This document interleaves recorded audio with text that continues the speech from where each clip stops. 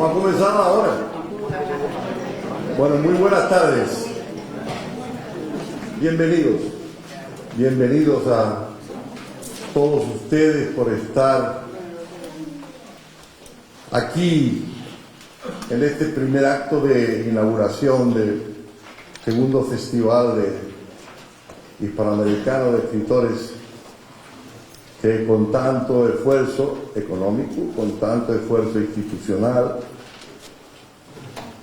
con tanto esfuerzo de trabajo hemos hecho para ustedes, porque ustedes, el público de La Palma y los que vienen de fuera para ver y estar con los escritores y oírlos hablar y leer sus libros y comprar sus libros.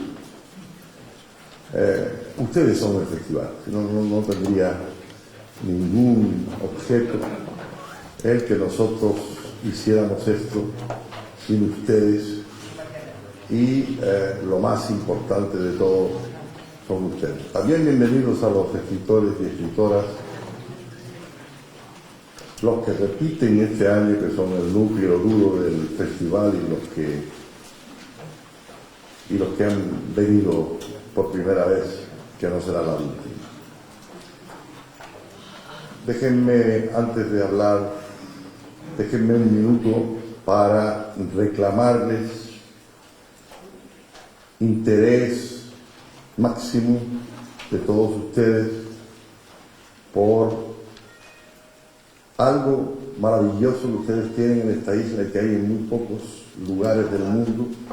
Ya sé que ustedes tienen muchas cosas mágicas, muchas cosas importantes, que esta es una isla ilustrada, lo fue durante mucho tiempo y tiene que recuperarse a toda velocidad en tiempos de libertades.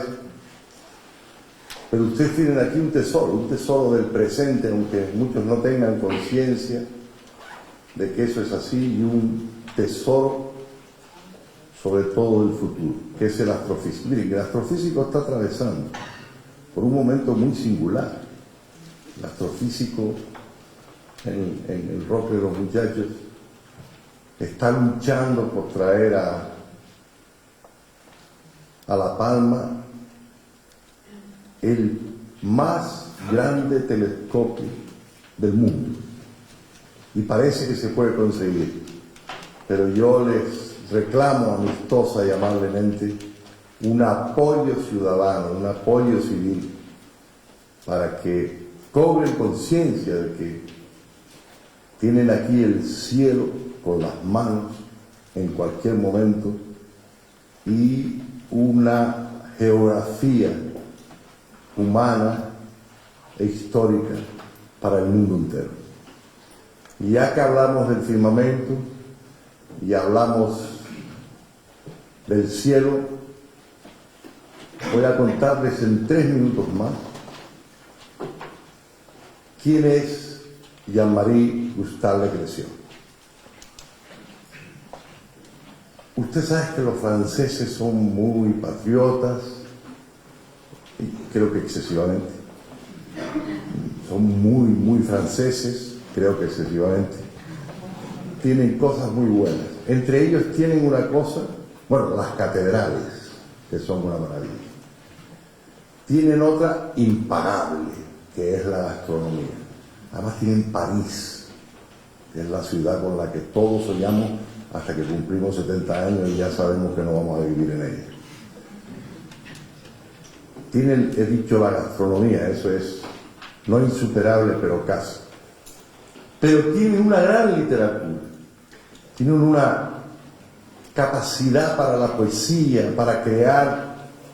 Miren, del humo crean un movimiento literario, de la nada crean un movimiento de pensamiento.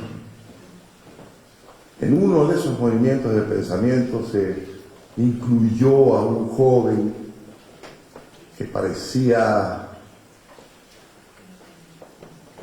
un niño bien, que lo es, un niño bien de unos 84 metros de altura, que escribía con una finura y una solvencia extraordinaria, y Militó poco tiempo en una especie de fraude literario que se llamó el Nouveau Roman, pero ahí militó muy poco tiempo porque él se independizó y empezó a viajar por el mundo. Es un escritor de primera magnitud que tiene una obra muy contundente. Es un novelista francés que escribe en francés, pero es un novelista del mundo. ¿Y por qué me dice usted que es un novelista del mundo? Porque es un escritor que no ha parado de viajar en sus 80 años. No ha parado de viajar. Pero no el viaje del turista europeo francés, que se queda 15 días en una playa, o se queda 10 días en Ciudad de México, o va a Lima a hacer una ronda gastronómica. No, un escritor que se quedaba meses y años en los lugares que visitaba y que extraía de esos lugares el alma secreta del país y de la gente. Y luego, como Patrick Deville el año pasado, luego regresaba a escribir esos libros. Su padre se lo llevó a África y vivió en África toda su infancia y su juventud.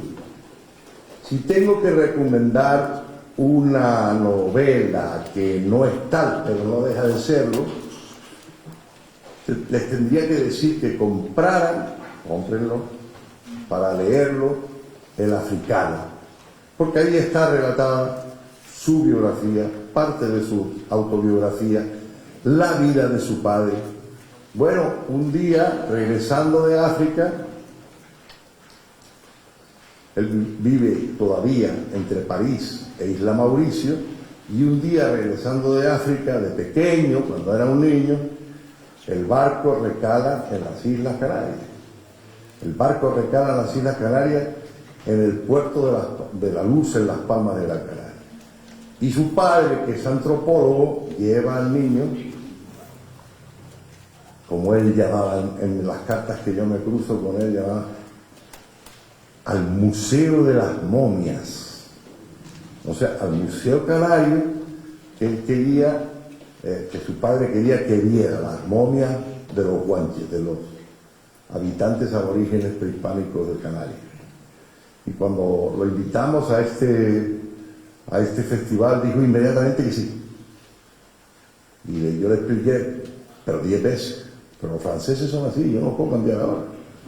Le expliqué que La Palma era una cosa y Las Palmas de Gran Canaria otra, que el Museo de los Guanches estaba en Las Palmas. El hombre no entendía que el Museo de los Guanches estaba en Las Palmas y que La Palma era otra cosa donde íbamos a celebrar. Vamos para La Palma, pero hazme el favor, llévame a ver después el Museo de los Guanches. Y lleva a ver el Museo de los Guanches, vamos para Las Palmas, hablas en la universidad. Es un escritor insólito porque es un caballero. Los escritores son unos carápulas de primera. Aquí se portan todos bien, no sé por qué. Debe ser porque es mágico. Aquí se portan todos, que les falta nada más que el smoking para ser actores de Hollywood.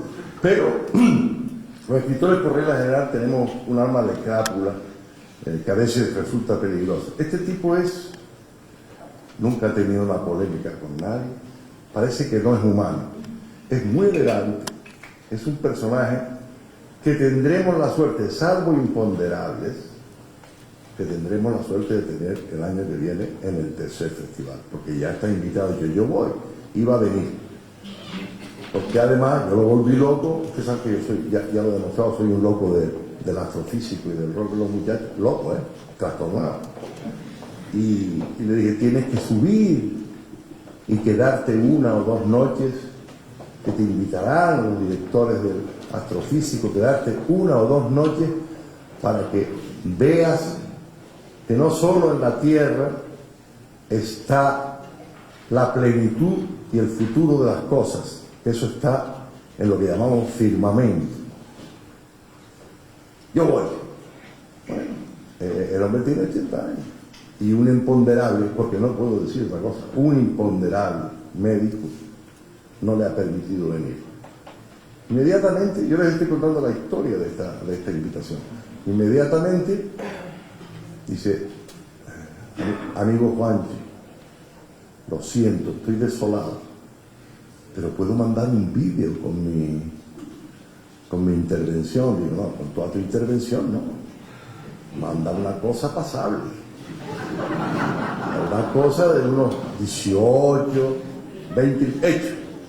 La calidad del vídeo que ustedes van a ver, que se titula Al mar, porque él es un marino también, empedernido, la calidad, miren, es la calidad de un tipo que se ha grabado a sí mismo en un acto de generosidad y de mala conciencia por no haber venido a La Palma. Pero miren, yo los estoy mirando a ustedes y ya termino de hablar, los estoy mirando a ustedes y veo el espíritu francés que se mueve como el humo por encima, el espíritu francés del eclesio que se mueve por él. Ustedes lo tendrán aquí el año que viene y yo felizmente, que voy a estar aquí también, volveré a contar esta historia. Háganse ustedes con 365 días de antelación los locos, como que no lo han oído nunca. Muchas gracias y vean el...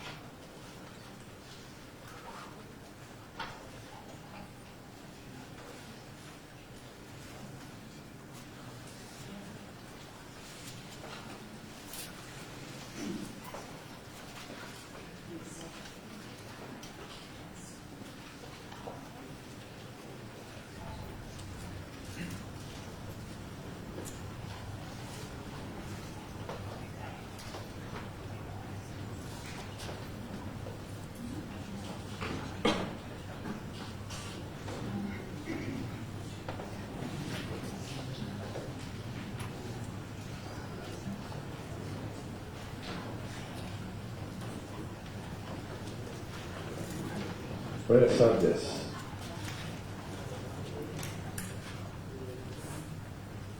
Les saludo desde Bretaña, donde mi mala salud me obligó a quedarme. Para mí lamento no poder haber. Yo lamento no haber podido llegar a las Canarias, un lugar que es muy presente en mi memoria de niñez, puesto que después de regresar de África, mi padre, que creo estaba buscando una isla para tener su residencia, nos invitó a un viaje por un barco, un vapor, hasta las Canarias, y por fin él no escogió quedarse en las Canarias, probablemente porque él no hablaba español. Y por fin nos quedamos en la ciudad de Niza, que no era una isla, era a la orilla del mar, pero no era la isla. Y como tengo esta memoria de las Islas Canarias, yo creo que para mí ha sido atada a mi idea de la literatura. Quiero hablarles del mar. Cuando pienso a lo que motivó mi deseo de escribir, pienso antes de todo al mar. Sin duda porque me nací a la orilla del mar, el Mediterráneo, en la ciudad de Niza, y que ahí me crecí. También porque el mar siempre ha sido presente en la historia de mi familia. Desde mi tatarabuelo aventurero, que decidió huir a Francia en tiempo de la Revolución, no porque era realista, sino porque la hambruna reinaba en su provincia de Bretaña. Acompañado de su joven esposa y de su hija, un bebé de apenas 6 meses, en un viaje peligroso hasta la isla Mauricio, en aquel tiempo se llamaba la isla de Francia. Después, para mí, el largo viaje en barco en los años 48 para encontrar a mi papá en la colonia británica de Nigeria, donde él estaba médico de maleza. En barco por lo largo de la costa africana fue para mí la descubierta del placer de escribir.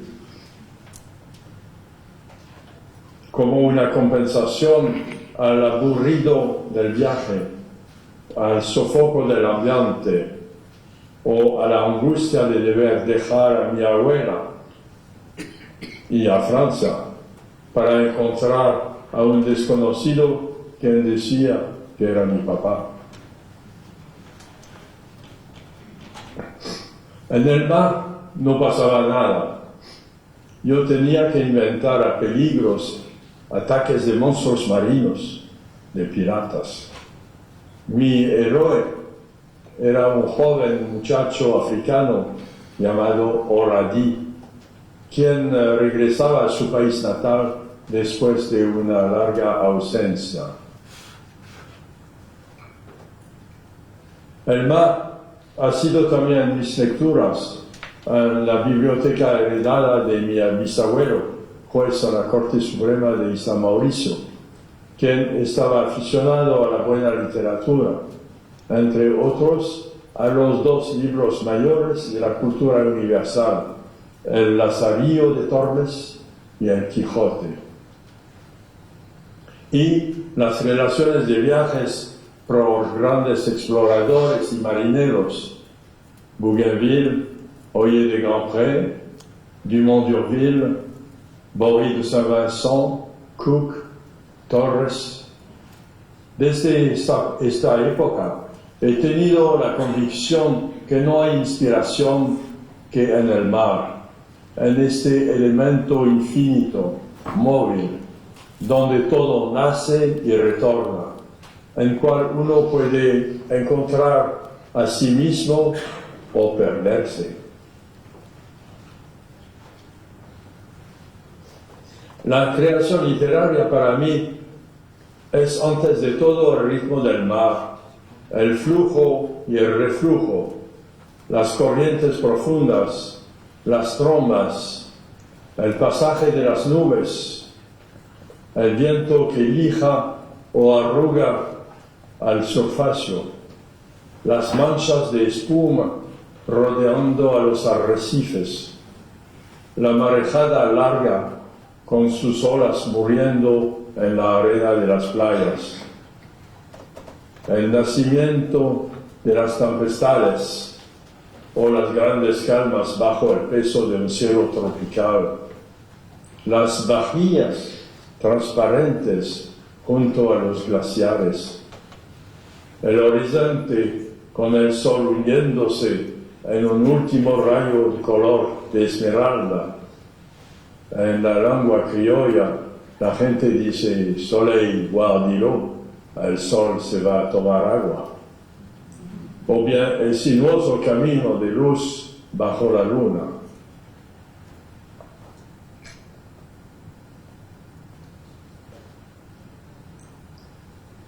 Con el tiempo que pasa no tengo más ganas de viajar en el mar. Por supuesto, los largos viajes se hacen hoy día en la inmaterial inmovilidad de la estratosfera.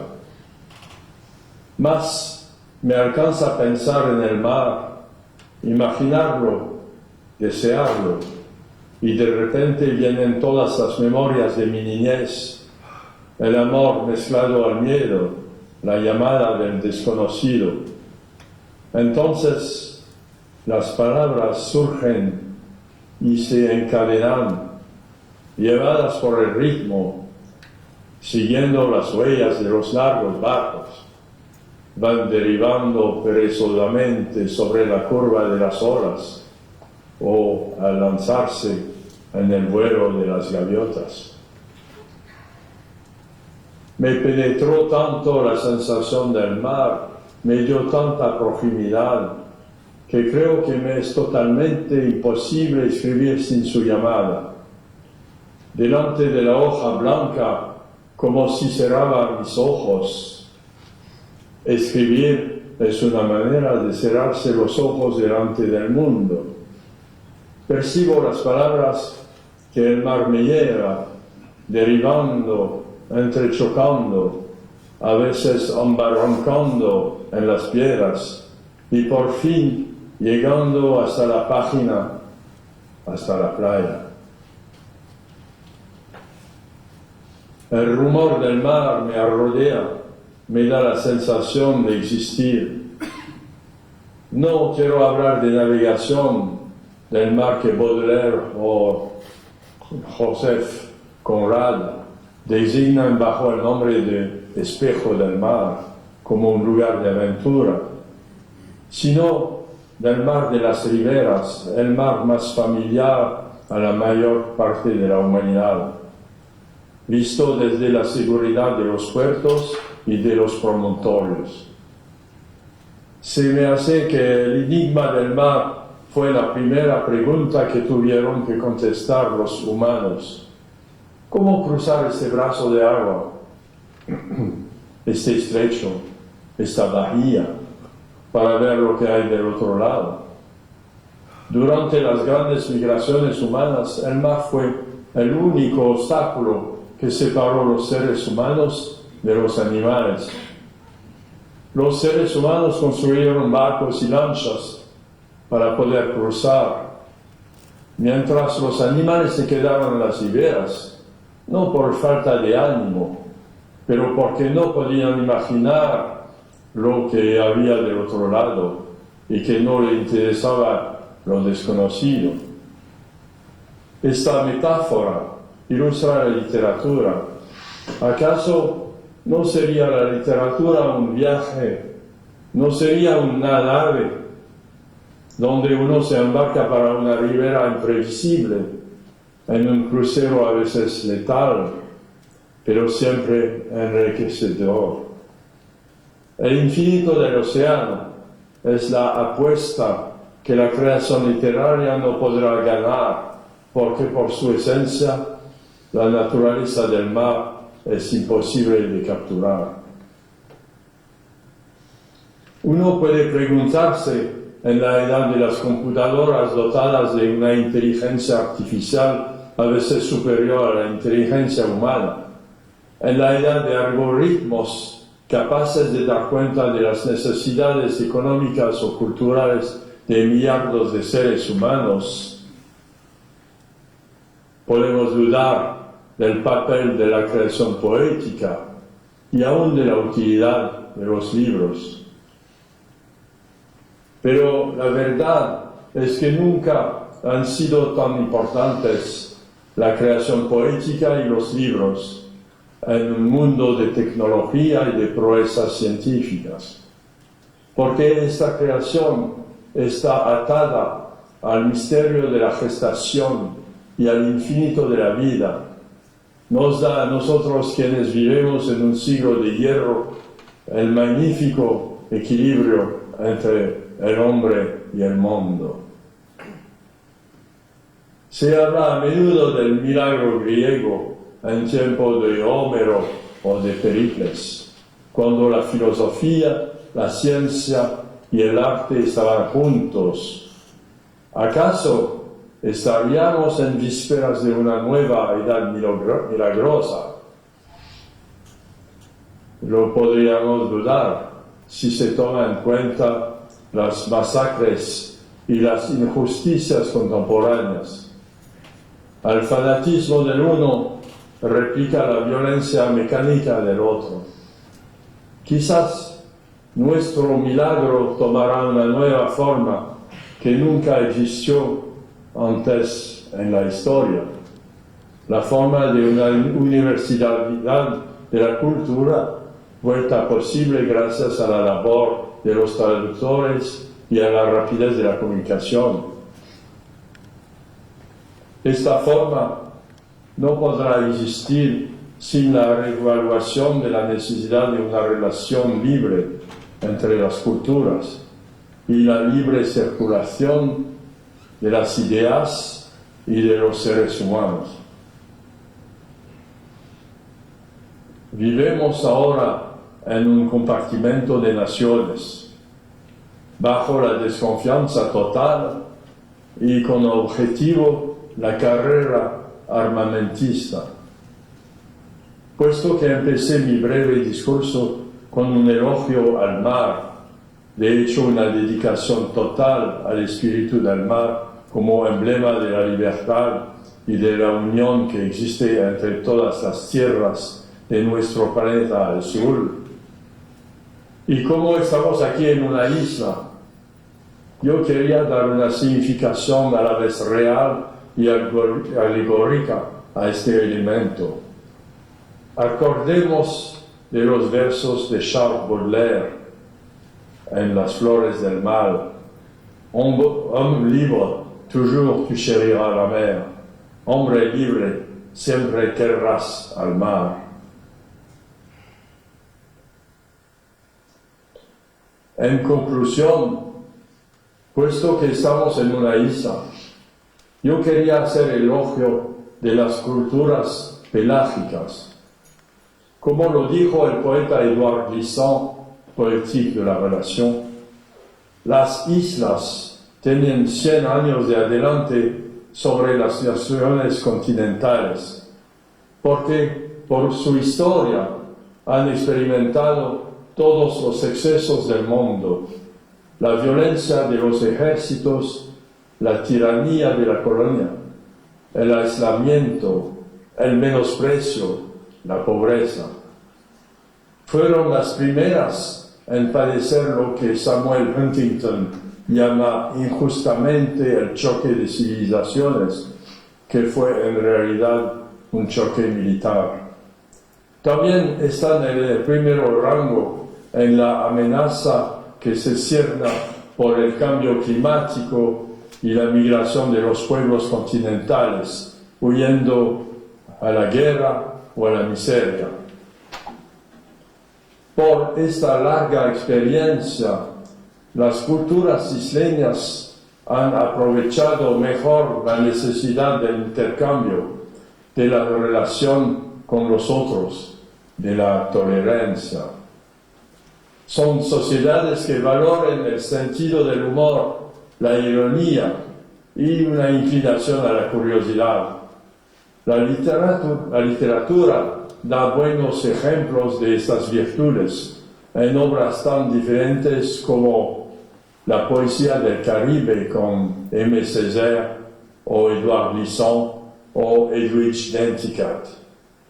Aparece también en la novela crítica de Naipaul, de la isla de la Trinidad, en la imaginación mágica del haitiano Alexis, en la metáfora histórica del puertorriqueño Edgardo Rodríguez Julia, en La noche soñada del niño Avilés, en la irrisoria ferocidad de los irlandeses Jonathan Swift, James Joyce, o en las sombrías comedias de Samuel Beckett.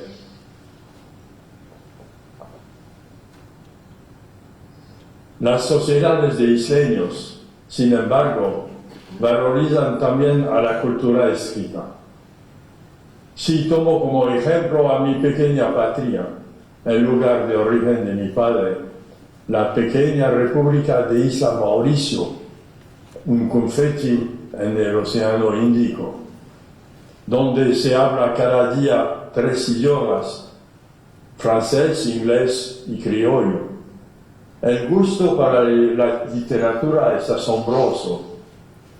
en la alcaldía de un pequeño pueblo mestizo del interior, Beaubassin-Rose Hill, cada 2 años se otorga un premio literario a un manuscrito inédito y el dinero del premio sirve a financiar la edición de este libro.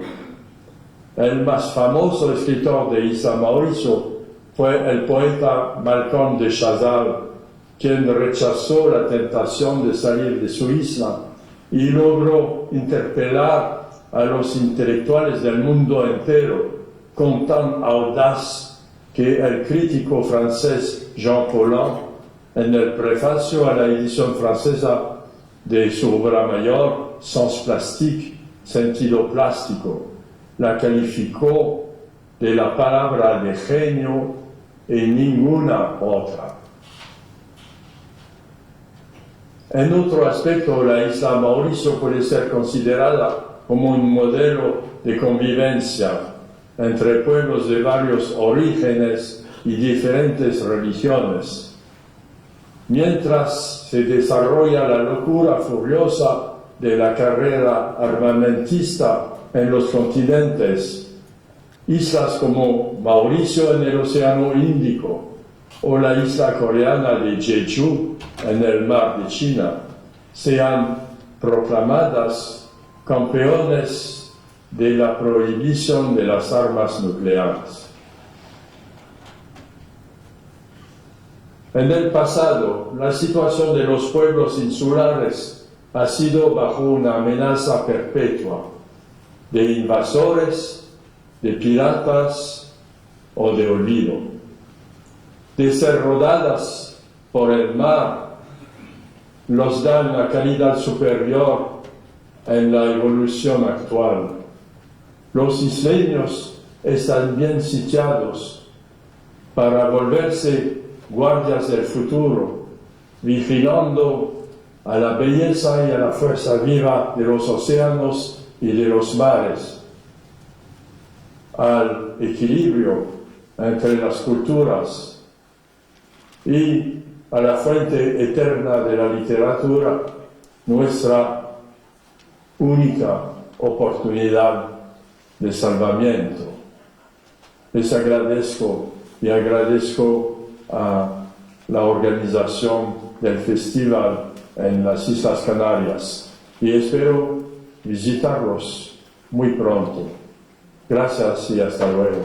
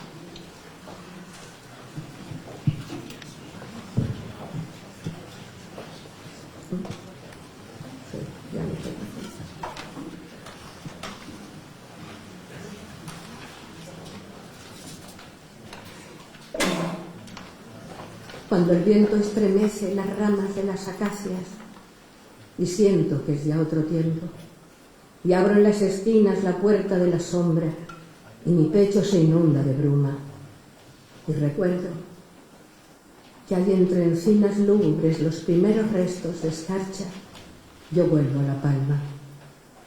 Cuando el humo de los tugurios me araña los ojos y de los labios se me deslizan comisuras blancas, y hay espuma en mis sienes, y el olor del asfalto se me pega como un sudario a la nuca.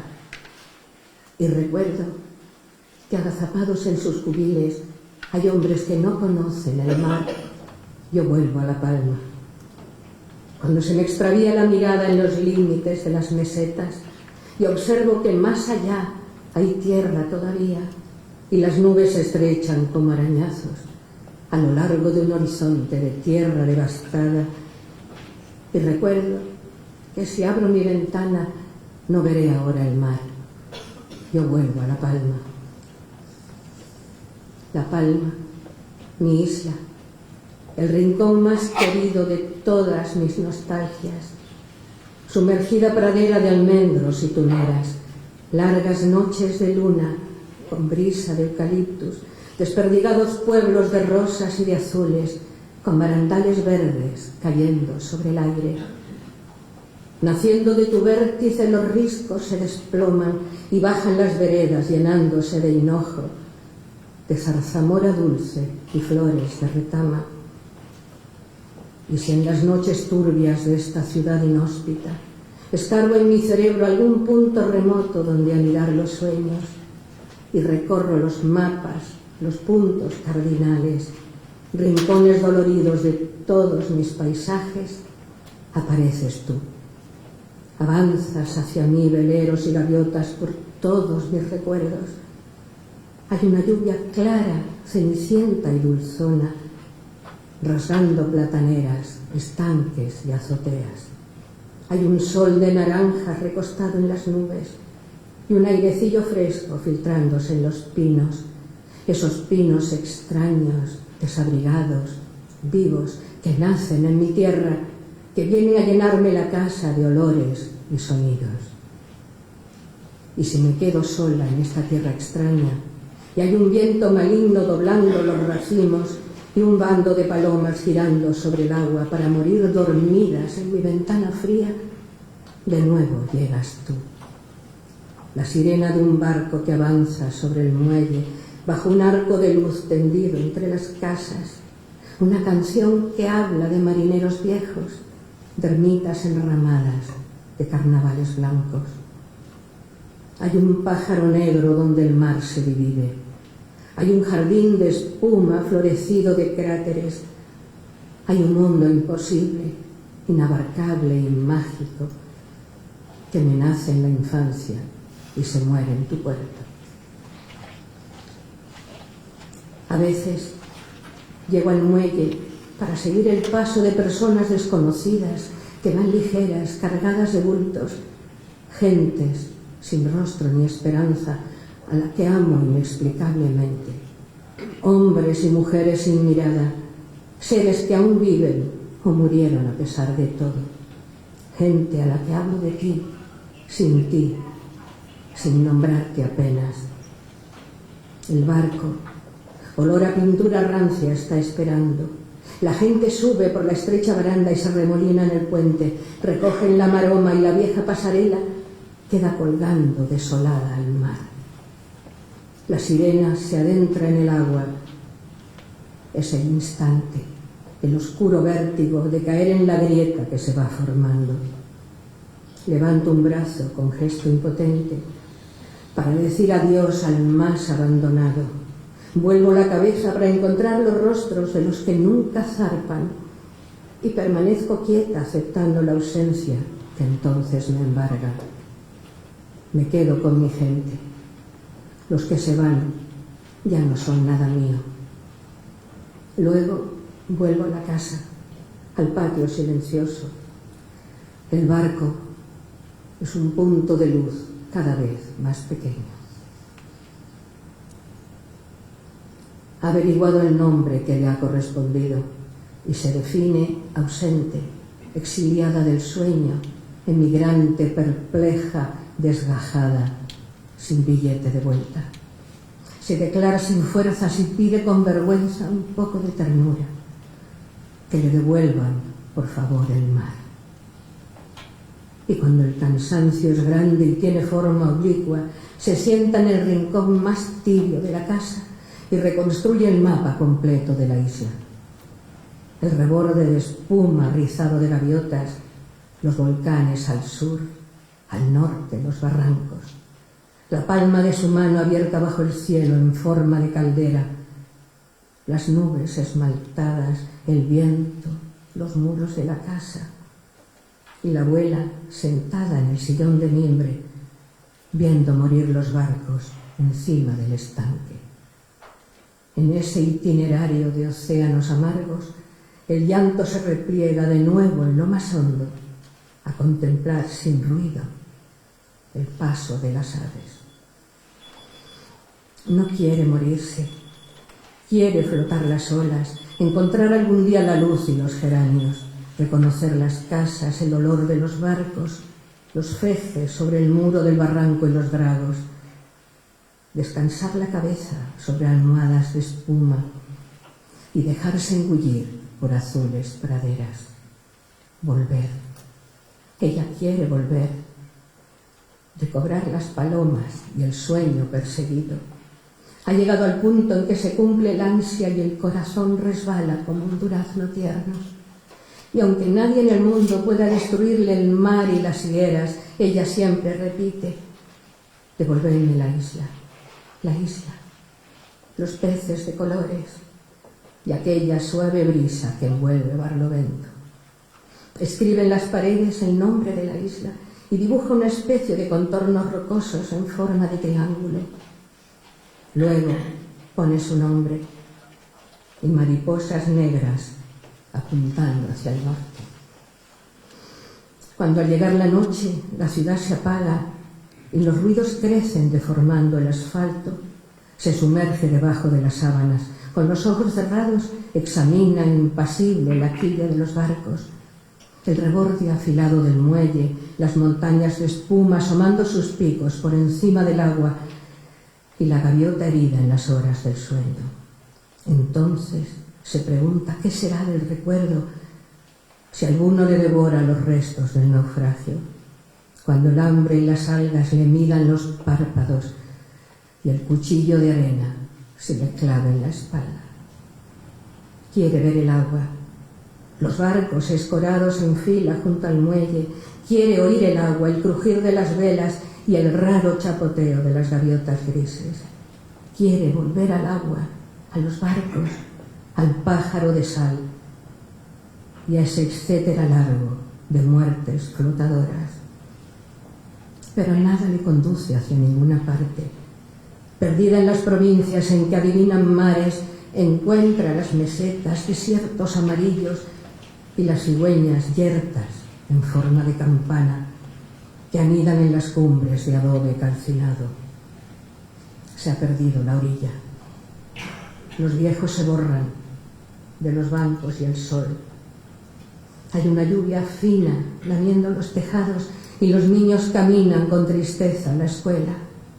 Hay un viento lejano destrozando las ramas, emborrona en las nubes un arco de colores y por la mar naufragan tardes anaranjadas.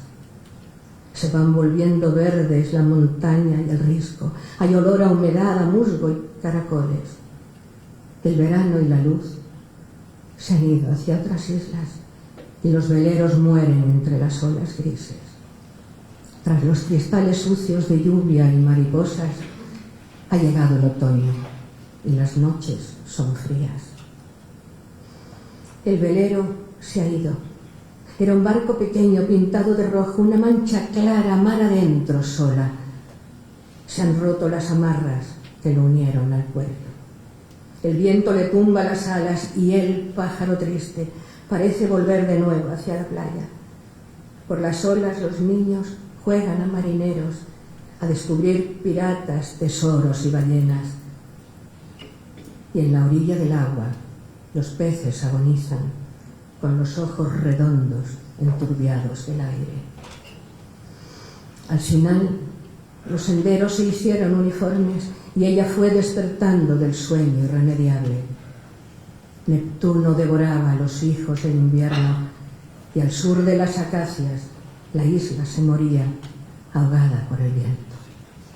Así, muy poco a poco, fue llegando la noche, la herida, la nostalgia y una nueva manera de amar la pesadumbre. Se fueron para siempre las tardes de domingo, cuando llegaba el tiempo de las aves marinas y los hombres del puerto emprendían la ruta de los viejos delfines.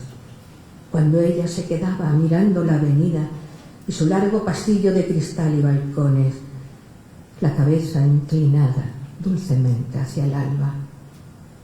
Cerradas las ventanas, se habrá perdido el mar, los árboles de cera y aquella higuera blanca al borde del barranco. Bandadas de palomas inundarán la casa de una penumbre vaga. Qué inevitable el mar, qué inmensidad de islas, de volcanes, de rostros sobre el muelle y de barcas vacías. Qué infinidad de noches sobre los mismos muros de arena. Despertaré del sueño de forma incomprensible y dentro de la casa se formarán cadenas de muertes incompletas. Qué extrañas las costumbres. Seguimos caminando y ya nadie menciona los relojes de luz, ni las viejas esferas, ni el papel sin renglones. Los rincones abiertos se cierran al paisaje, los hijos de lo hueco entrarán en la vaga presencia del oscuro y debajo del aire los niños dormirán, cubiertos por lo frío.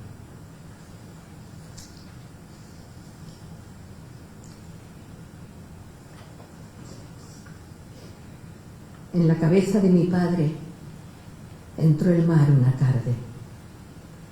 Tengo miedo, me dijo. La cabeza se me llena de agua y me deslizo a solas como los peces intentando recordar lo que fui. Tarareaba el viejo una vieja canción, subida a la cubierta del viejo transatlántico. Tengo agua aquí dentro, como medusas frías, repetía incansable mirándose al espejo. El viejo agonizaba enredado a las nasas de una cama de hierro que iba lentamente hundiéndose en el agua. Allí muerto o a punto de morir, paralizado el pulmón como las branquias, los ojos acristalados y redondos, igual que los escualos que yo había visto de niña boqueando en la playa, recordé de repente sus palabras. Ayer volví de nuevo a ver al loco, aquel que se sentaba en el suelo de asfalto, las bolsas de basura color verde esmeralda y los ojos colgando encima de los mástiles. El loco que miraba las montañas azules. Así somos los muertos, decía, iguales, transparentes. Repite siempre el loco, de espaldas a los barcos que avanzan sobre él para aplastarlo. Desconozco los rostros que flotan en el mar, hinchados y solos, los ojos despavoridos, los labios apretados encima de los dientes y una medusa fría pegada a las pestañas. No es invierno y a pesar de no serlo, a los que se ahogan se les hielan los pies en el agua. Quizás sea por eso, por lo que un cadáver jamás explica nada, y quizá por lo mismo permanezco en silencio a pesar de las lágrimas. Y para terminar, quiero leerles 2 poemas dedicados a 2 buenos amigos. A uno lo conocí y al otro no. La Habana, a José Hierro.